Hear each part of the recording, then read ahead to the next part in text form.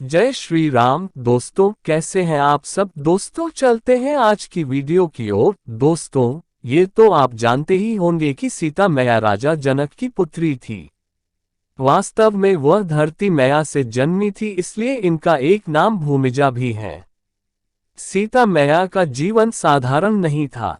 वे बचपन से ही कई असाधारण काम करती रहती थी, जिनमें से एक था शिव के धनुष से खेलना, जिसे कई महान महारथी हिला भी नहीं सकते थे।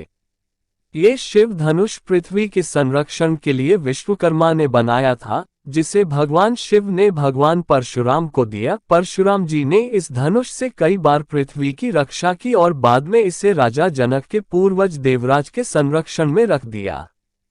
ये दिव्य धनुष इतना ज्यादा भारी था कि इसे बड़े बड़े शक्तिशाली राजा हिला भी नहीं सकते थे, लेकिन नन्ही सीता इसे आसानी से उठा लिया करती थी। ये दृश्य देख राजा जनक को एहसास हुआ कि सीता कोई साधारण कन्या नहीं है, यह कोई दिव्य आत्मा है। इसलिए उन्होंने बाल्यकाल में ही निश्चय कर लिया कि वे सीता का विवाह किसी साधारण मनुष्य से नहीं करेंगे, लेकिन वे सीता जैसे दिव्य पुरुष को कैसे खोजे। ये सवाल उन्हें अक्सर सताता था। तब उन्हें ख्याल आया कि वे सीता स्वयंवर। स्वयंवर का अर्थ ये होता था कि इसमें कन्या स्वयं अपनी इच्छानुसार अपने लिए पति का चुनाव कर सकती थी का आयोजन करेंगे, जिसमें ये शर्त रखी जाएगी कि जो धनुर्धारी शिव के इस महान दिव्य धनुष पर प्रत्यंचा चढ़ाएगा वो ही सीता के योग्य समझा जाएगा। शर्त के अनुसार सभी राज्यों के राजाओं को स्वयंवर का निमंत्रण दे दिया गया। ये निमंत्रण अयोध्या भी जाता है, लेकिन अयोध्या के राजकुमार राम गुरु वशिष्ठ के साथ वन में रहते हैं और वहीं से एक सभा दर्शक के तौर पर स्वयंवर का हिस्सा बनते हैं। प्रतियोगिता शुरू होती है। कई बड़े बड़े राजा उठकर आते हैं, लेकिन शिव के उस दिव्य धनुष को हिला भी नहीं पाते। यहाँ तक कि इस स्वयंवर में रावण भी हिस्सा लेते हैं और धनुष को हिला भी नहीं पाते। ये देख राजा जनक को अत्यंत दुख होता है। वे कहते हैं कि क्या इस सभा में मेरी पुत्री सीता के योग्य एक भी पुरुष नहीं है? क्या मेरी सीता कुंवारी रह जाएगी क्योंकि इस सभा में एक भी व्यक्ति उसके लायक नहीं? जिस धनुष को वो खेल खेल में उठा लेती थी, उसे आज इस सभा में कोई हिला भी नहीं पाया। प्रत्यंचा तो बहुत दूर की बात है। जनक के द्वारा कहे शब्द लक्ष्मण को अपमान के बोल लगते हैं और लक्ष्मण को बहुत क्रोध आता है। वे अपने भैया राम को प्रतियोगिता में हिस्सा लेने का आग्रह करते हैं, लेकिन राम न कह देते हैं कि हम सभी यहाँ केवल दर्शक मात्र हैं। राजा जनक के ऐसे करुण वचन सुनकर गुरु वशिष्ठ राम से स्वयंवर में हिस्सा लेने का आदेश देते हैं। गुरु की आज्ञा पाकर श्री राम अपने स्थान से उठकर दिव्य धनुष के पास जाते हैं। सभी की निगाहें राम पर ही टिकी जाती हैं। उनका गठीला शरीर, मस्तक का तेज सभी को आकर्षित करता है।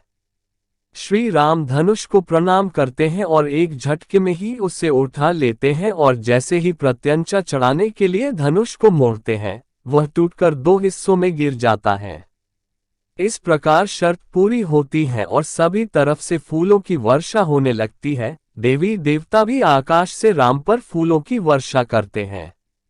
सीता जी श्री राम के गले में वरमाला डालकर उनका वरण करती हैं और मिथिला में जश्न का आरंभ होता है। लेकिन धनुष के टूटने का आभास जैसे ही भगवान परशुराम को होता है, वे क्रोध से भर जाते हैं और मिथिला की उस सभा में आ पहुंचते हैं।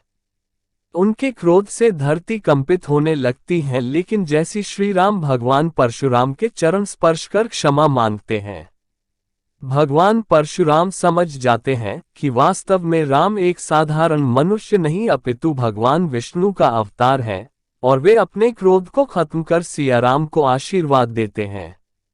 भगवान राम और देवी सीता के स्वयंवर के बाद उनकी तीनों बहनों उर्मिला, माधवी एवं श्रुतकीर्ति का विवाह क्रमशः लक्ष्मण, भरत एवं शत्रुघ्न से किया जाता है और चारों बहनें एक साथ अयोध्या में प्रवेश करती हैं। श्री राम से विवाह के बाद पहली रात में जब देवी सीता दुखी होकर बैठी हुई थी, तब भगवान राम उनसे इस दुख का कारण पूछते हैं।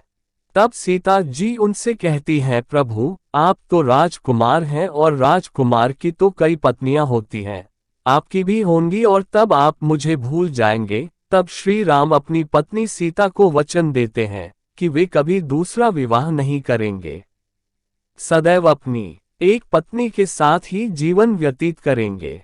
श्री राम अपनी पत्नी सीता को विवाह की पहली रात यह वचन देते हैं, जिसे सुन सीता स्तब्ध रह जाती है। श्री राम अपने इस वचन का आजीवन निर्वाह करते हैं।